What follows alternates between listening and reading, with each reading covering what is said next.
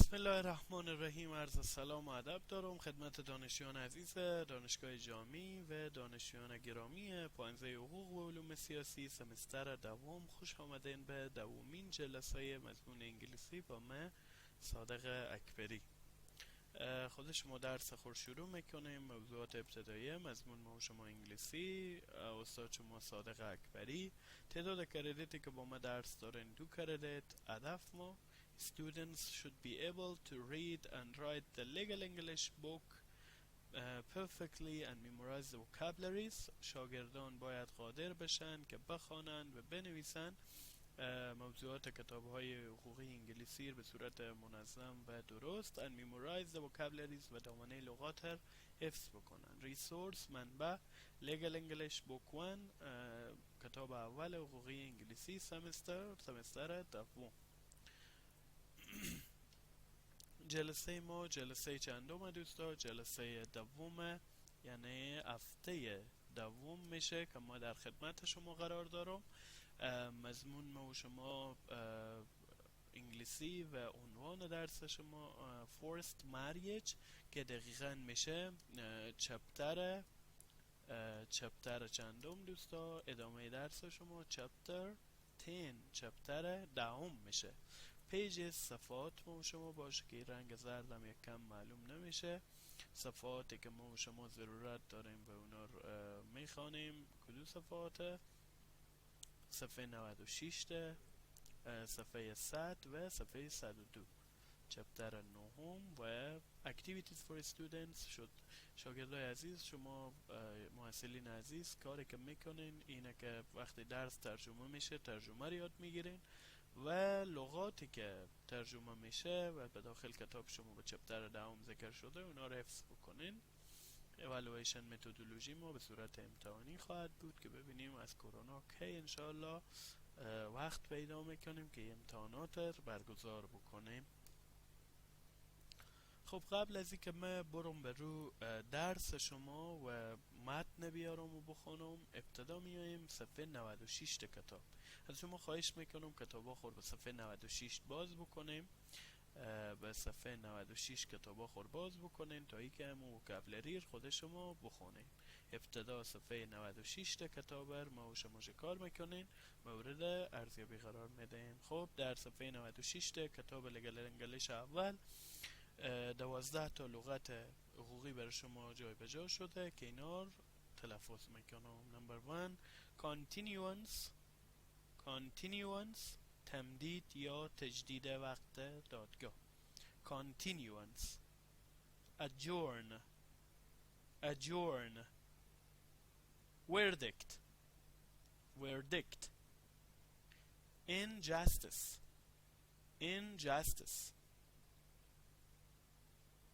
honor observe judgment proceed legal illegal law and the last one rule. اوکی. حال دوستا از شما خواهش میکنم که بریم به صفحه چندم کتاب، بریم به صفحه 100 کتاب که متنی که در نظر گرفته شده خود شما بخوانیم و ببینیم که در متن چی چیزی جای داده شده. من متن کتاب کاپی گرفتم که امکان داره بعضی از دوستا کتاب نداشته باشن، منتها کتاب ضروریه دوستا کتابا حتما به پیش شما باشه و از رو کتاب خط ببرین چون بعضی کارخانگی های دیگه هم هست اونا رو کار بکنه. اوکی. reading section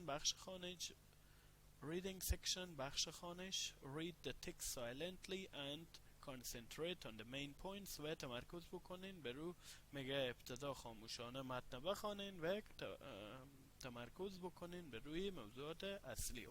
ابتدا من برای شما دوستا یک تلفظ میکنم، بعد از او درس ترجمه میکنم. So make sure to listen to the reading. ابتدا دقت داشته باشین که به صورت واضح گوش کنین و بفهمین که چگونه تلفظ میشه.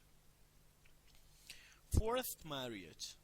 Suhaila was 15 years old. Suhaila was 15 years old. She was the oldest child in a large family. She was the oldest child in a large family. Her father, Abdul, decided it was time for her to get married. ببخشین. Her father, Abdul, decided it was time for her to get married. Abdul said to Suhaila, why don't we find your husband? Why don't we find your husband? Let's choose Javed. Suhaila told her father. I am too young. Why don't you wait until I'm 18? Abdul got angry and said, Stop it. Don't argue with me. Suhaila cried and said, Please, my dear father, don't destroy my life.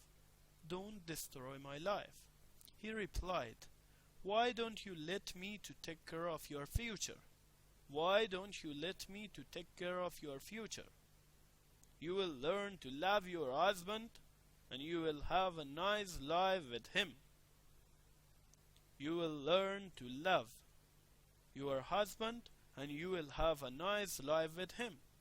After a few months, the wedding party took place. Soon Suhaila became pregnant and gave a birth to a baby girl whose name was Zohra.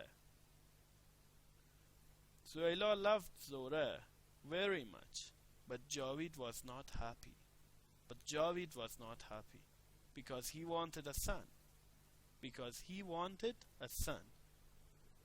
خب حال دوستا، ما و شما تلفظ کردیم، یک موضوع حقوقی هست و ظاهرا خشونت صورت میگیره.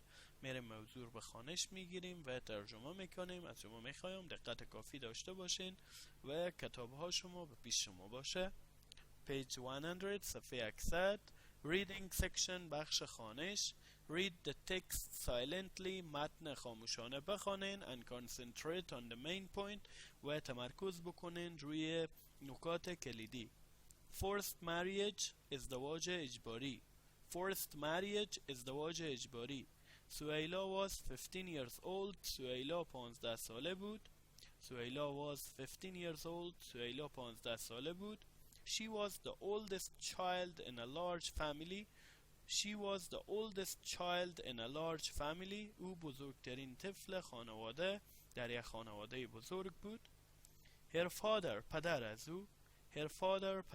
او Abdul decided تصمیم گرفت it was time for her to get married.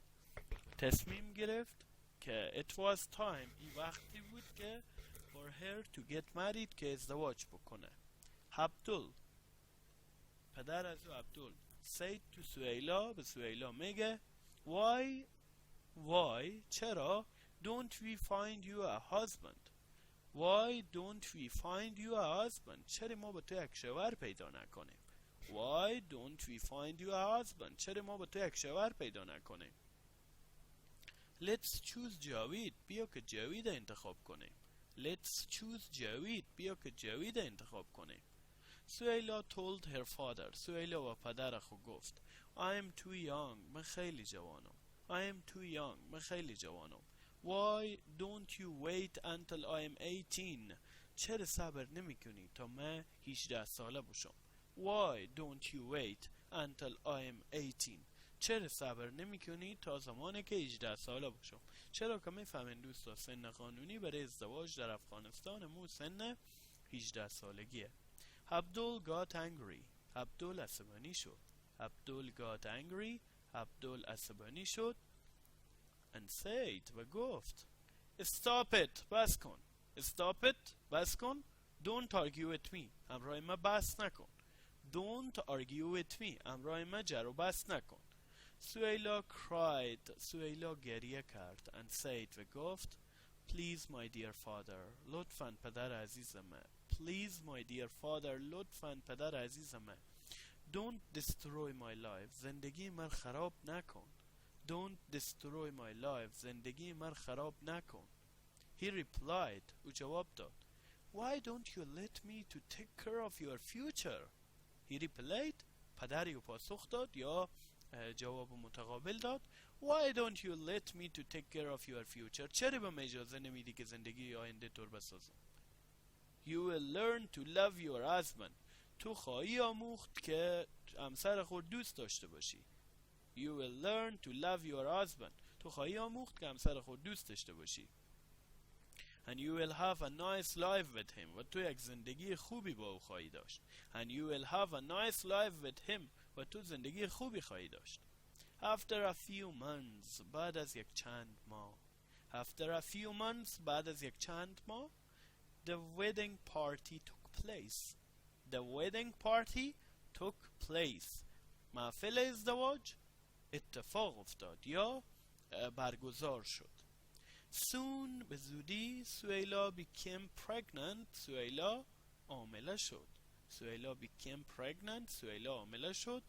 And gave a birth. و زندگی بخشید. To a baby girl. به یک نوزاد دختر. And gave a birth. و زندگی بخشید. To a baby girl. به یک نوزاد دختر. Whose name was زهره. که نام از او چی بود؟ زهره بود. Whose name was زهره. که نام از او زهره بود. سویلا loved زهره. سویلا loved زهره very much. سویلا زهره خیلی زیاد دوست داشت. سویلا loved زهره very much. سویلا زهره خیلی دوست داشت. But جاوید was not happy. اما شوهر از او که پدر عزیز به زهره داد. But جاوید was not happy. اما جاوید خوشحال نبود. But جاوید was not happy. اما جاوید خوشحال نبود. Because به خاطر که he wanted a son. او یک بچه میخواست. Because he wanted a son. به خاطر که او یک فرزند پسر یا یک بچه میخواست. و میبینیم دوستا که می ازدواج های اجباری بالاخره به همچون مشکل بر میخوره و خواسته اینا بالاخره یکی نیه و مشکلاتی به بار میاره. حال دوستا میریم و به سلاید قبلی خواهش میکنم از شما با کتابا مراجعه بکنین به صفحه چندم، به صفحه 102 و یک موضوع گرامری هست اور برای شما من میخوانم که چی میباشه. همچنان به صفحه 101 دوستا 7 شماره از صفحه 101 از شماره اول تا به شماره 10 کارخانگی شمانه که اینا رو باید جواب بدین. Please answer the following question. گفته سوالات جواب بدین. مثلا how old was سویلا. سویلا چند ساله بود. این وقتی که متن شما درست بخونین همگی از اینا رو میتونیم که جواب بدین. از شماره 1 تا به شماره 10 کارخانگی شمانه. در صفحه 102 که برای شما گفتم دوستا یک موضوع گرامری هست که شما باید او به صورت درست یاد بگیرین. من برای شما تعریف میکنم. به صفحه 102 یک موضوع گرامری هسته که باید او یاد بگیرین. گرامر، موضوع گرامری، imperatives امریه، suggestions پیشنهادات، giving advice امو پیشنهاد دادن. We use the imperative form of a verb.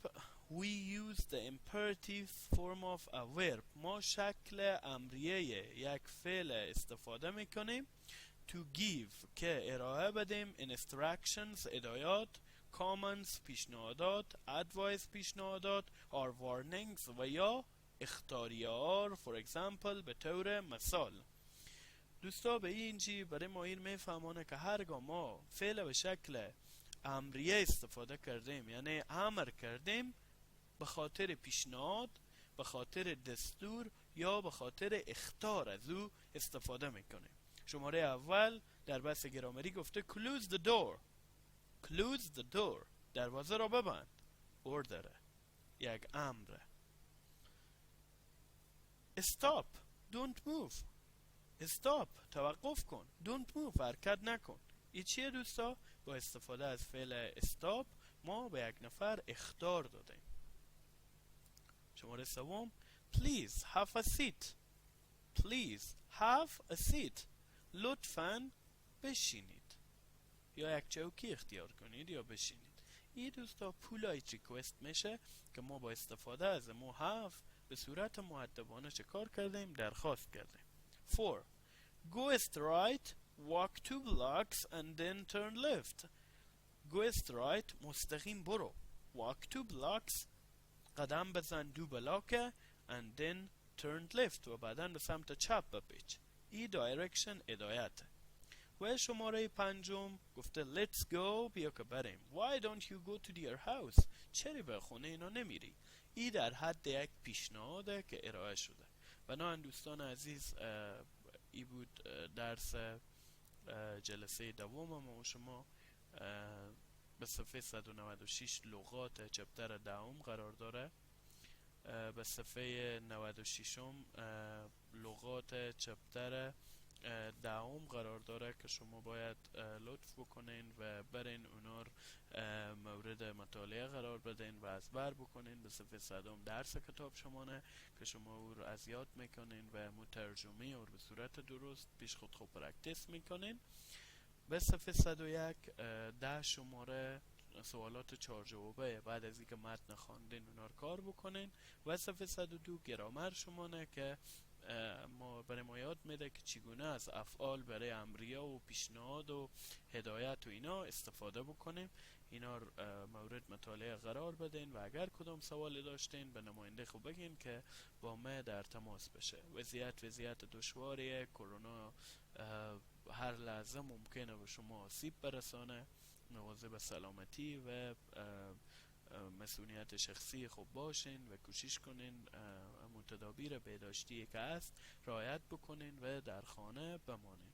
تشکر از توجه شما به جلسه دوم درس. پیروز و کامیاب باشین.